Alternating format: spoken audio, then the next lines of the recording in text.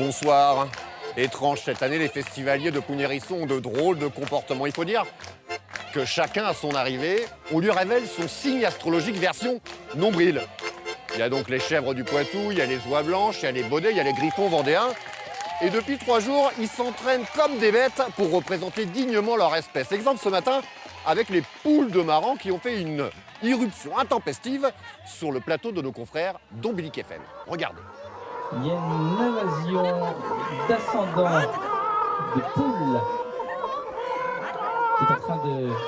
Là, c'est justement ce que Jérôme, la poule n'est plus en batterie. Vous voyez ce que ça fait quand les poules ne sont plus en batterie? Hein? La poule... Voilà, là nous sommes... C'est du direct. C'est un véritable attentat. Charles, ascendant vache, bah... C'est à Pougnérisson. Ouais, ça existe.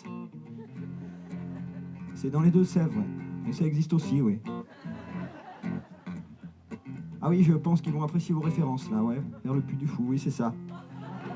Connaissez-vous le benshi, une vieille tradition japonaise de doublage des films muets remise au goût du jour dans les années 90 par des fous furieux américains sur des films expérimentaux, d'animation ou même des films connus. Un exercice de style néo-situationniste qui forcément ne pouvait pas laisser indifférent Nicolas Bonneau, grand pourvoyeur d'idées complètement barrées pour le Festival du Nombril. C'est le moment ou jamais ici de faire des trucs qu'on fera pas ailleurs. Donc on peut même se planter, même si rétrospectivement on se dit bon, faut mieux pas, mais voilà, on peut oser faire des choses, que ça marche pas, les gens sont prêts à suivre. Mon grand-père, Papy Jules, Jules Grimbert, avait la réputation d'être un chaud lapin et d'avoir plein de conquêtes. Il était marié, mais alors sa femme, Madeleine, qu'on a pu voir là, elle avait perdu la boule. L'art du benshi, c'est celui qui lisait pour les illettrés en fait. Et puis qui tout à coup se mettait à raconter un peu autre chose. Bon, on l'a détourné, hein, c'est du néo-benshi, on peut dire. Voilà, on s'amuse. Manon. Jérémy.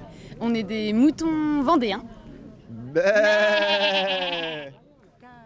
Allez, petit interlude érotico-champêtre. De tes cuisses, la tête ou les cuisses, gorgeant ma gueule débattent délices de ton jeune foutre astringent. Ou mordant d'un con à la taille, juste de tel passe-partout, mon vie point très gros, mais canaille, depuis les couilles jusqu'au bout, dans la pinette et la minette, tu tords ton cul d'une façon qui n'est pas d'une femme honnête. Zoé, Mona, poule du Maran. Poule, poule, poule, poule, poule, poule,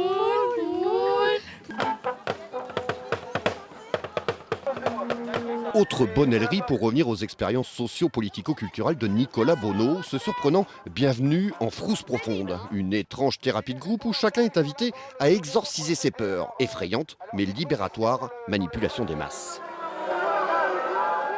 J'ai découvert qu'il y avait un saint Pou à l'église de Pougne. En fait, il est vraiment là-bas, donc c'est une espèce de saint à moitié païen, et qu'on venait toucher pour enlever les cauchemars des enfants.